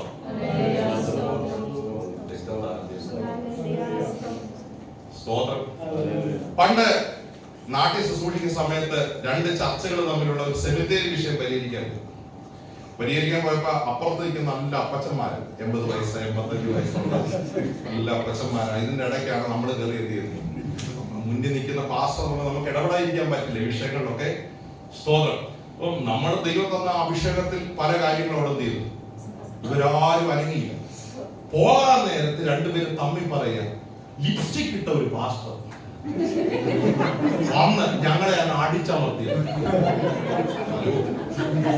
ഞാൻ എന്റെ മനസ്സിൽ ചിന്തിച്ചു, ആ ഒരു സാധനം ഞാൻ എന്റെ കൈ കൊണ്ട് പോലും ഇരിക്കുന്നത് കണ്ടിട്ടുണ്ട്. സ്തോത്രം. വേറെ ഒരാൾ പറഞ്ഞു, നരന്തുപോലെ ഒരു തൈ മുട്ടയെന്ന് വിരിഞ്ഞിട്ട് പോലും ഞങ്ങളെ പഠിപ്പിക്കാൻ. എനിക്കൊരു കാര്യം മനസ്സിലായി, ബാക്കി പറഞ്ഞൊന്നും ഞാൻ ഇവിടെ പറയാൻ പറ്റാത്ത ഇതൊക്കെ ഉള്ളൂ നമുക്ക് പറയാൻ പറ്റിയ. ഇത് എന്റെ അകത്തോട്ട് കയറിയ എന്ത് പറ്റുമെന്ന് അറിയാമോ? ഹലോ, അന്ന് രാത്രി കൺവെൻഷൻ പ്രസംഗിക്കണ്ട, പന്തളം കൺവെൻഷൻ എന്ത് ചെയ്യും? ശുശ്രൂഷ എന്ത് ചെയ്യും? Hello, praise the Lord. പെട്ടെന്ന് ഒരു ദൈവശക്തി ദൈവം എനിക്ക് തന്നു. ഞാൻ ചെന്ന അച്ചായന് പ്രത്യേകിച്ച് ഒരു കൈ കൂടെ എന്ത് ചെയ്തു? ഹലോ, പറഞ്ഞു, മോനെ എന്തോട്ട് വിശേഷം? അതിന്റെ അഭിപ്രായമൊക്കെ എന്ത് ചെയ്തു? നേരത്തെ വളരെ മുട്ടയെന്ന് തിരിഞ്ഞിട്ട് പോലും പെട്ടെന്ന് അതിനെ ജയിക്കാനുള്ള കൃപ ദൈവം എനിക്ക്. അതുകൊണ്ട് എന്ത് ചെയ്തു? ശുശ്രൂഷയ്ക്ക് ഒരു ഭംഗം. ഹലോ, വേണമെങ്കിൽ എനിക്ക് ശക്തമായി പ്രതികരിക്കാം. നമുക്ക് ഭാഷ അറിയാനിട്ടല്ല, ലാംഗ്വേജ് അറിയാനിട്ടല്ല. പക്ഷേ അവിടെയാണ് പിശാചിന്റെ തന്ത്രങ്ങളെ നമ്മൾ എന്ത് ചെയ്യണം. ഞാൻ എന്റെ ഒരു ഉദാഹരണം പറഞ്ഞത് നമ്മുടെ ജീവിതത്തിലും ആത്മീയമായി മുന്നേറുന്നു. ഞാൻ ഒരു കാര്യം ഗ്യാരണ്ടിയായിട്ട് പറയാം, ആരെങ്കിലും എന്തെങ്കിലും ഒക്കെ പറഞ്ഞു. സഭയ്ക്കകത്ത് വേണമെന്നില്ല, ചിലപ്പോൾ ഓഫീസിലായിരിക്കും, ചിലപ്പോൾ നമ്മൾ പോകുന്ന ജോലി സ്ഥലത്തായിരിക്കും. ആരെങ്കിലും എന്തെങ്കിലും ഒക്കെ ഇതിനെ ജയിക്കാൻ കൃപ വേണ്ടേ? ആ കൃപയാണ് ഈ ദൈവശക്തി. ബലഹീനതയിൽ തികഞ്ഞു വരുന്ന ഈ അത്യന്ത ശക്തി നമ്മുടെ മൺപാത്രങ്ങളിൽ ദൈവം പകരണമെന്ന് വിശ്വസിക്കുന്ന എത്ര ദൈവമക്കളുണ്ട്? ഈ ശക്തി ആരാധിക്കാൻ മാത്രമല്ല, അന്യഭാഷ പറയാൻ മാത്രമല്ല, എന്തിനറിയോ? പിശാചിന്റെ തന്ത്രങ്ങളെ അതിജീവിപ്പാൻ നമുക്ക് എന്ത് ആവശ്യമാണ്? ഇത് ഹോളി വരുമ്പോ മാത്രമല്ല, നമ്മുടെ ജീവിതത്തിന്റെ എല്ലാ വഴികളിലും നമുക്ക് എന്ത് ആവശ്യമാണ്? ആകാത്ത വാക്കുകളെ, ആകാത്ത ചിന്തകളെ നമ്മെ അതിനകത്ത് കുടുങ്ങിക്കളയാൻ പിശാച് ശ്രമിക്കുമ്പോൾ അതിനെ അതിജീവിക്കുന്ന ദൈവകൃപ. ഒരിടത്ത് പ്രസംഗിച്ചപ്പോൾ അച്ഛൻ എന്നോട് പറഞ്ഞു, പാസ്റ്റർ അങ്ങനെ ഒരു കൃപയുണ്ട് എനിക്ക് വേണ്ടെന്ന്. കാരണം എനിക്ക് രണ്ട് പറയേണ്ടിടത്ത് എന്ത് ചെയ്യണം? നിഷ്കളങ്കമായിട്ട് പ്രായമുള്ളവരൊക്കെ ചോദിക്കുന്നത്, പക്ഷെ അങ്ങനെ ഒരു ശക്തി ഉണ്ടെങ്കിൽ അത് എനിക്ക് വേണ്ട. കാരണം അത്യാവശ്യം പറയേണ്ടിടത്ത് ഏതാ നമുക്ക് വേണ്ട? ശക്തി വേണോ? പറയേണ്ടിടത്ത് പറയാനുള്ള കൃപ വേണോ?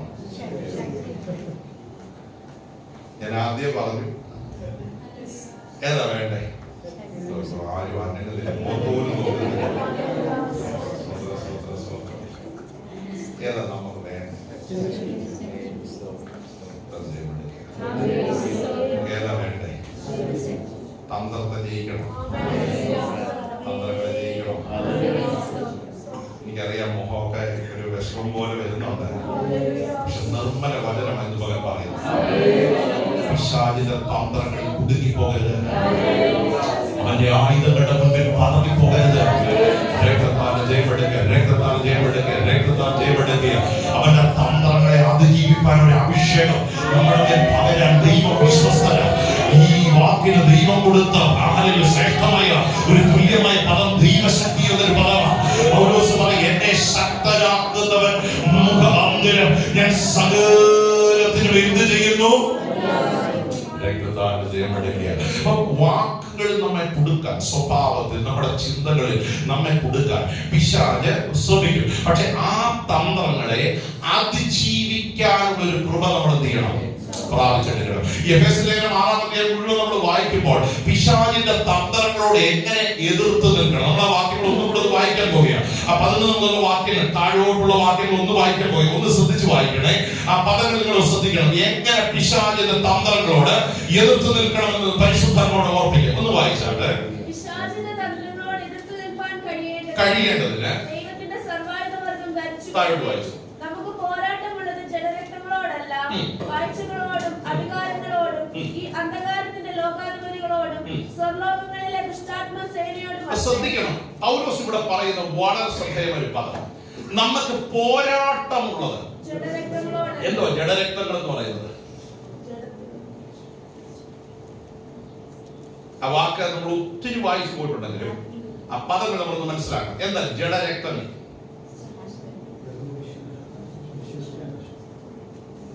ആൻസർ ഇവിടെ പറഞ്ഞു, മറ്റുള്ളവര് കറക്റ്റ് ആണ്. എന്താ ജഡരക്തങ്ങൾ? സിമ്പിൾ, മനുഷ്യൻ. ജഡ രക്തങ്ങൾ, അതെന്താണ്? രക്തമുള്ള ഏത് മനുഷ്യനും അതാണ് ജഡരക്തം. നമുക്ക് പോരാട്ടമുള്ളത് ആരോടല്ല? അപ്പൊ നമ്മളെ വിഷമിപ്പിച്ചവരൊക്കെ ഒന്ന് ഓർത്തേ. നമ്മളെ ഏറ്റവും വേദനിപ്പിച്ചവര്, ദുഃഖിപ്പിച്ചവര്, കരയിപ്പിച്ചവര്, കുത്തിയവര്, അവരെയൊക്കെ ഒന്ന് ഓർത്തേ. പൗലോസ് പറയാം നമുക്ക് പോരാട്ടമുള്ളത്. അത് ഡൈജസ്റ്റ് ചെയ്യാൻ ഇത്തിരി ബുദ്ധിമുട്ടാണ്. അവരുടെ മുഖമൊക്കെ ഒന്ന് മനസ്സിൽ വന്നേ. നമ്മളെ കുത്തിയവര്, വാക്കുകൊണ്ട് മുറിപ്പിച്ചവര് വന്നോ? പക്ഷെ അങ്ങനെയുള്ള ശക്തിയൊന്നും പാസ് അങ്ങനെ പ്രസംഗിച്ച് ഞങ്ങളുടെ മേലാക്കണ്ട. സ്തോത്രം. ഞങ്ങൾ ഇങ്ങനെയൊക്കെ തന്നെ പോയാൽ മതി എന്നാണോ? നമുക്ക് പോരാട്ടമുള്ളത്. ഞാൻ എപ്പോഴും കാണുന്ന ഒരു കാര്യം, ചിലപ്പോൾ നമ്മളെ മുറിപ്പിക്കുന്നവരുണ്ടായി, വേദനിപ്പിക്കുന്നുണ്ടായി, പക്ഷെ ആ വ്യക്തി അല്ല, അതിന്റെ പിന്നിൽ വ്യാപരിക്കുന്ന ഒരു ശക്തിയുണ്ട്. നിങ്ങൾ എന്തെങ്കിലും തിരിച്ചറിഞ്ഞിട്ടുണ്ടോ? ചിലപ്പോൾ വിശ്വാസികളാകും, അവരല്ല വിഷയം, അവരുടെ പിന്നിൽ വ്യാപരിക്കുന്ന ഈ കൺസെപ്റ്റ് നമ്മുടെ അകത്ത് വന്നാൽ നമ്മൾ വ്യക്തികളെ സ്നേഹിക്കാൻ തുടങ്ങും. മനസ്സിലായോ? ആ വാക്യം മനസ്സിലാക്കുന്നുണ്ട്. നമുക്ക് പോരാട്ടമുള്ളത്, കൃപയുള്ളവർ മാത്രം ചേർന്നെന്ന് പറഞ്ഞു. നമുക്ക് പോരാട്ടമുള്ളത്, ആ വാക്ക് നമുക്ക് തൽക്കാലമുള്ള മനുഷ്യരോടല്ല. എന്നിട്ട് പൗലോസ് പറഞ്ഞു, അടുത്ത വാക്ക് ശ്രദ്ധിക്കണം. ഈ പിന്നെ ആരോടാ നമുക്ക് പോരാട്ടം? അടുത്തത് വാഴ്ചകളോടും അധികാരങ്ങളോടും ഈ അന്ധകാരത്തിന്റെ ലോകാധിപതികളോടും. ഹലോ, ഒരു വ്യക്തിയല്ല നമുക്ക് വിഷയം, ആ വ്യക്തിക്ക് പിന്നിൽ വ്യാപരിക്കുന്ന ശക്തിയാണ് നമുക്ക് വിഷയം. ഉദാഹരണം പറയാം. ഈ ഗോലിയാത്തിന്റെ മുന്നിലേക്ക് ദാവീദ് വരുമ്പോൾ പറയുന്ന ഒരു വാക്കുണ്ട്, ദൈവത്തെ നിന്ദിക്കാൻ ഈ അഗ്രഹർമ്മി ആരാ? എന്ന് വെച്ചാൽ ഗോലിയാത്ത് അല്ല അവിടെ വിഷയം, ഈ അഗ്രഹർമ്മി ആരാ? അഗ്രഹർമ്മി എന്ന വാക്കിന് ജഡീകരണ അർത്ഥം. ഹലോ, ഓരോ വ്യക്തിക്ക് പിന്നിലും വ്യാപരിക്കുന്ന ഒരു ശക്തിയുണ്ട്. ആ ശക്തിയെ നിങ്ങൾ ആത്മാവ് ജയിച്ചിട്ടുണ്ടോ?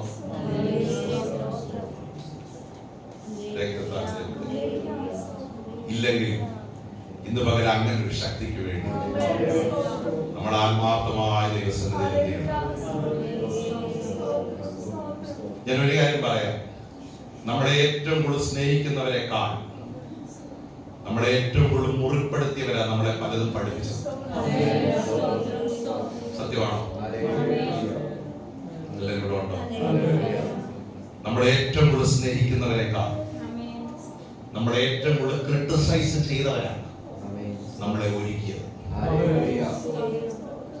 നമ്മളെ കരയിപ്പിച്ചത്, നമ്മളെ പ്രാർത്ഥിപ്പിച്ചത്. അതിന്റെ പിന്നിൽ ദൈവത്തിനൊരു പദ്ധതിയുണ്ട്. രക്തത്താൽ ജയമെടുക്കുക. ഈ കാഴ്ചപ്പാടകത്ത് കയറിയ നമ്മുടെ പ്രാർത്ഥനയുടെയും ചിന്തയുടെയും ലെവലും വ്യക്തി അല്ല വിഷയം, ശക്തിയാണ്. മനസ്സിലായോ? പൗലോസ് പറയുന്നു വ്യക്തി അല്ല വിഷയം. ഈ കൺസെപ്റ്റ് അകത്ത് കയറിയ എല്ലാവരും നമ്മൾ ആത്മാർത്ഥമായിട്ട് എന്ത് ചെയ്യും?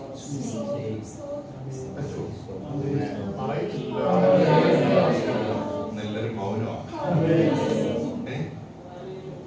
പിന്നെ ഒരു വ്യക്തിയെ നമ്മൾ വെറുപ്പോ?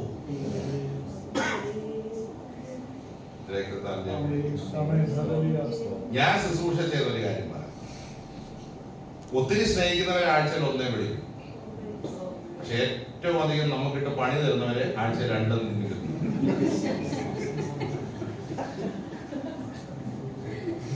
ഹലോ, ഏറ്റവും ക്രിട്ടിസൈസ് ചെയ്യുന്നവരെ, ഏറ്റവും വിമർശിക്കുന്നവരെ ചിന്തിക്കാൻ രണ്ടു തവണ വിളിച്ചാൽ അനുഭവിച്ചോണ്ടിരിക്കല്ലേ അവരെ നമ്മൾ കൂടുതൽ എന്റെ ജീവിതത്തിൽ അനുഭവമാണ്. അവരൊക്കെയാണ് നമ്മളെ ഷേപ്പ് ചെയ്തിട്ടുണ്ട്. അവര് നമ്മളെ കരയിപ്പിച്ചിട്ടുണ്ട്. അവര് നമ്മളെ ഉപവസിപ്പിച്ചിട്ടുണ്ട്. അവര് നമ്മുടെ മനസ്സിനെ തകർത്തിട്ടുണ്ട്. പക്ഷെ ആ തകർച്ചകളാണ് നമ്മെ ഒരുക്കിയത്.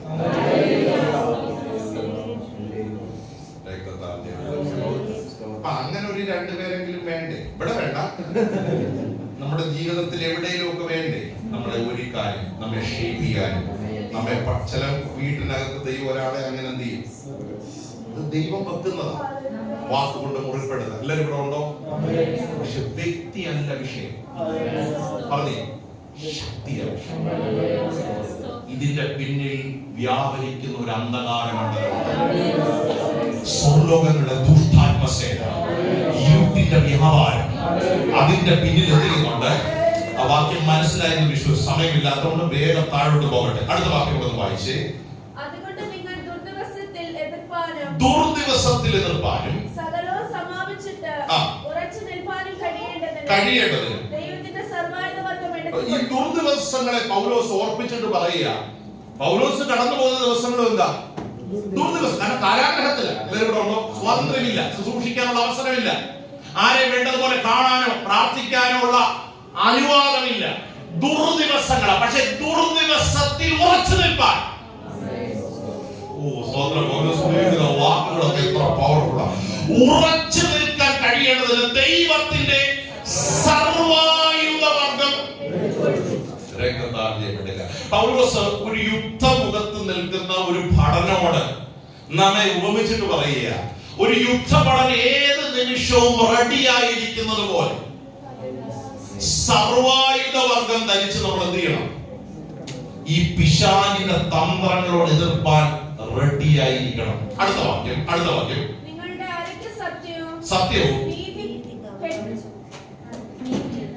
നീതി എന്ന കവചം ധരിച്ചും സമാധാന സുവിശേഷത്തിനായുള്ള ഒരുക്കം കാലിന് ചെരുപ്പാക്കി എല്ലാറ്റിനും മീതെ ദുഷ്ടന്റെ തീയമ്പുകളൊക്കെയും കെടുക്കുവാൻ തക്കതായ വിശ്വാസം. ആ മുഴുവൻ വാക്യവും വിശദീകരിക്കാൻ സമയമില്ലെങ്കിലും ഈ വാക്ക് ഞാൻ നടത്തിയെടുക്കാം. ദുഷ്ടന്റെ തീയമ്പുകളെ ഒക്കെയും കെടുക്കുവാൻ തക്ക വിശ്വാസം.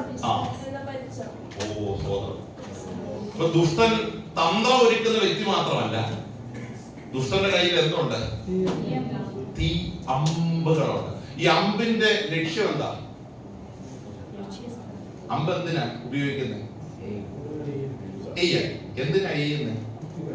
കറക്റ്റ്, മുറിവേൽപ്പിക്കാൻ. അപ്പൊ പിശാചിന്റെ ഏറ്റവും വലിയ ലക്ഷ്യം നമ്മുടെ മനസ്സിനകത്ത് എന്ത് ഏൽപ്പിക്കണം? അപ്പൊ ഈ തീയമ്പുകളെ ജയിക്കാൻ നമുക്ക് എന്താ ആവശ്യമാണ്? മുറിവുകളെ ജയിക്കുന്ന വിശ്വാസം എന്ന കവചയെ കുറിച്ച് പൗലോസ് എന്ത് ചെയ്യാ? അപ്പൊ പൗലോസ് പറയാ, ഈ കാരാഗ്രഹത്തിൽ ഇരുന്നപ്പോ എന്നെ മുറിപ്പിക്കുന്ന ഒത്തിരി അമ്പുകൾ എനിക്കെതിരെ എയ്തു, പക്ഷെ ഒന്നും ഏറ്റില്ല.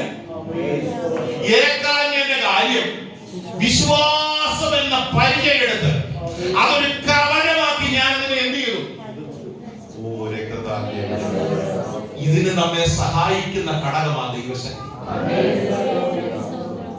അങ്ങനെ ഞാൻ ചോദിക്കട്ടെ, നല്ല അഭിമാനത്തോടെ പറയുന്ന ഒരു തീയമ്പും ഏറ്റില്ലെന്ന്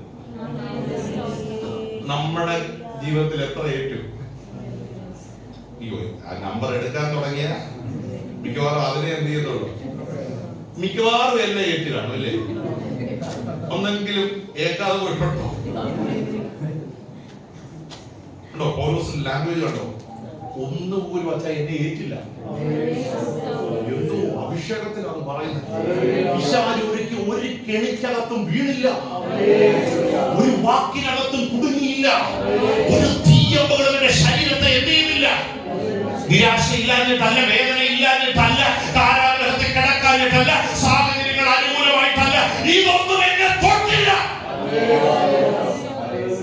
വിശ്വാസ ജീവിതത്തിൽ മുന്നോട്ട് പോകുമ്പോൾ നമുക്ക് ധൈര്യത്തോടെ പറയാൻ കഴിയണം, ഒരു ശത്രുവിന്റെ തീയമ്പം എന്നെ തൊട്ടില്ല, തൊട്ടില്ല, തൊട്ടില്ല. കാരണം എന്നെ നിലനിർത്തിയ ഒരു ദൈവശക്തിയുണ്ട്. ഈ പരിചയം എടുക്കണമെങ്കിൽ നമുക്ക് എന്താ ആവശ്യമാണ്? ദൈവശക്തി ആവശ്യമാണ്. ഇതിനെ ഫൈറ്റ് ചെയ്യണമെങ്കിൽ, ഇതിനെ ഡിഫെൻഡ് ചെയ്യണമെങ്കിൽ നമുക്ക് എന്ത് ആവശ്യമാണ്? അങ്ങനെയെങ്കിൽ നിങ്ങളുടെ ദൈവദാസനോട് പറയട്ടെ, ഇന്നലകളിൽ പല തീയമ്പുകളും നമ്മെ ക്ഷീണിപ്പിച്ചിട്ടുണ്ടാകും. പക്ഷെ ഇന്ന് പകൽ പ്രാർത്ഥിക്കണം, കർത്താവേ, വരുന്ന ദിവസങ്ങൾ ദൈവം എനിക്കൊരു ആത്മീയ ജീവിതം തരുമ്പോൾ ഒരു അമ്പ് പോലും, പിശാച് ഒരുക്കുന്ന ഒരു അസ്ത്രം പോലും എന്നെ തളർത്തിക്കളയാതെ അതിനെ ജയിക്കാനുള്ള ഒരു മാനസിക ബലം എന്റെ മേൽ പകരണം എന്ന് എത്ര പേർക്ക് പ്രാർത്ഥിക്കാൻ കഴിയും? പ്രിയരെ, ശക്തി അന്യഭാഷ പറയാൻ മാത്രമല്ല, ശക്തി ആരാധിക്കാൻ മാത്രമല്ല, ശക്തി വിജയകരമായ ക്രിസ്തീയ ജീവിതം നയിപ്പാൻ നമ്മെ ശക്തീകരിക്കുന്നതാണ്. ഹല്ലേലൂയ. ഭവനങ്ങൾക്കകത്ത് തീയമ്പുകൾ ഉയരുമ്പോൾ, വ്യക്തികളെ പിശാച് ഉപയോഗിക്കുമ്പോൾ, പിശാച് പലപ്പോഴും വ്യക്തികളെ, സാഹചര്യങ്ങളെ ഉപയോഗിക്കുമ്പോൾ അതിൽ വീണുപോകും. സ്തോത്രം. പിശാച് നമ്മളെ ഉപയോഗിക്കൂ? പറഞ്ഞു, നമ്മളെ ഉപയോഗിക്കൂ? എന്നെ ഉപയോഗിക്കൂ? ഉപയോഗിക്കുന്നു തന്നെ. ഭാഷക്ക് അങ്ങനെയൊക്കെ പറയാം. ഒറ്റ ഉദാഹരണം പറയാം. ഈ ഫിലിപ്പിന്റെ കൈസരിയിൽ വെച്ചാണ് ദൈവം പത്രോസിന് വെളിപ്പാട് കൊടുത്തത്. അപ്പം കർത്താവ് ചോദിച്ചു, നാട്ടുകാരൊക്കെ എന്നെ കുറിച്ച് എന്തോ പറയുന്നു? പറഞ്ഞു, ചെല്ലു പറയുന്നു മോശ എന്ന് പറയും, ചെല്ലു പറയുന്നു ഏലിയ എന്ന് പറയുന്നു. അപ്പം പലരും പല അഭിപ്രായങ്ങൾ എന്ത് ചെയ്യുന്നത്.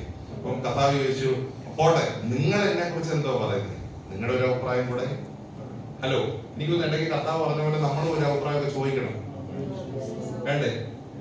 നിങ്ങളെ കുറിച്ച് എന്തോ അഭിപ്രായം, അതൊക്കെ ഒന്ന് അറിയണ്ടേ?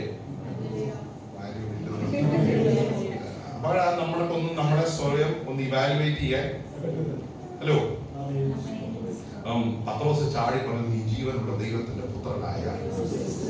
കർത്താവ് പറഞ്ഞു, ജഡരക്തങ്ങളല്ല നിനക്ക് വെളിപ്പെടുത്തിയത്, സ്വർഗസ്ഥനായ പിതാവ്. അദ്ദേഹം പൊങ്ങി, കാരണം വെളിപ്പാട് പ്രാപിച്ചത് എന്ത് ചെയ്തു? ഹലോ, തൊട്ട് താഴെയുള്ള വാക്യങ്ങളിൽ കർത്താവ് പറഞ്ഞു, എന്നെ ക്രൂശിക്കാൻ കൊണ്ടുപോകും. അപ്പൊ പറഞ്ഞു, ആയുസിൽ അങ്ങനെ നടക്കാൻ പാടില്ല. കർത്താവ് പത്രോസിനെ വിളിച്ചത്, സാത്താനെ എന്നെ വിട്ടുപോകും. അല്പം മുമ്പ് വെളിപ്പാട് പറഞ്ഞ ആളിനെ കർത്താവ് വിളിക്കുക. അപ്പൊ അങ്ങനെയാണെങ്കിൽ എന്നെ പിശാചിന് എന്ത് ചെയ്യാം? നമ്മളെയും കൂടെ വന്നേ ആണോ? വെള്ളിയാഴ്ച രാവിലെ ആത്മാവിൽ ആരാധിച്ച ആൾ വെള്ളിയാഴ്ച വൈകിട്ടാകുമ്പോ വേണമെങ്കിൽ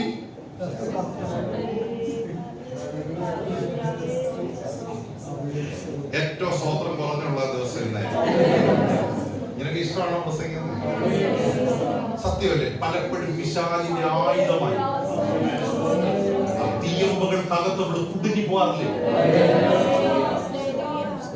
പല തീയമ്പുകളും നമ്മെ മുറിപ്പിച്ചിട്ടില്ലേ? നമ്മളെ അനാത്മീയരാക്കിയില്ലേ? നമ്മുടെ ദൈവങ്ങളെ ചോർത്തിക്കളഞ്ഞില്ലേ? അവിടെ പൗലോസ് കോൺഫിഡൻസ് പറയുന്നത്, ഒരു തീയമ്പ് പോലും എന്നെ തൊട്ടില്ല. കാരണം എന്നെ ശക്തനാക്കുന്നവൻ മുഖാന്തരം ഞാൻ സകലത്തിലും ജയിക്കണം. കേട്ടോ, ജയിക്കണം. കേട്ടോ, വിശ്വാസ ജീവിതം ജയിക്കണം, ആത്മീയ ജീവിതം ജയിക്കണം, സ്വഭാവത്തെ ജയിക്കണം, മാനസിക തലങ്ങളെ ജയിക്കണം, നിരാശകളെ ജയിക്കണം, വെറുപ്പുകളെ ജയിക്കണം, വാക്കുകളെ ജയിക്കണം, പ്രവർത്തികളെ ജയിക്കണം, മനുഷ്യരെ ജയിക്കണം, ജനരക്തങ്ങളെ ജയിക്കണം. ഈ ലോകത്തിലുള്ള സകല തീയമ്പകളിൽ ആത്മാവിൽ ജയിക്കാനുള്ള ഒരു കൃപ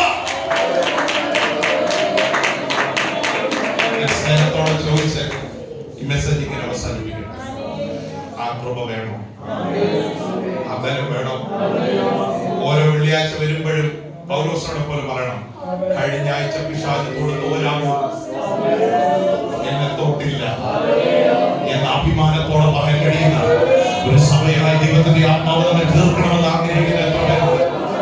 കണ്ണുകൾ അടച്ചൊന്ന് പ്രാർത്ഥിച്ചാണ്, കണ്ണുകൾ അടച്ച് വ്യക്തിപരമായി ഒന്ന് പ്രാർത്ഥിച്ചാണ്. കർത്താവേ, ജയിപ്പാനുള്ള ഒരു കൃപ, ജയകരമായി ക്രിസ്തീയ ജീവിതം നയിപ്പാനുള്ള ഒരു കൃപ എന്റെ മേലിൽ നിന്ന് പകൽക്കാലം പകരണേ.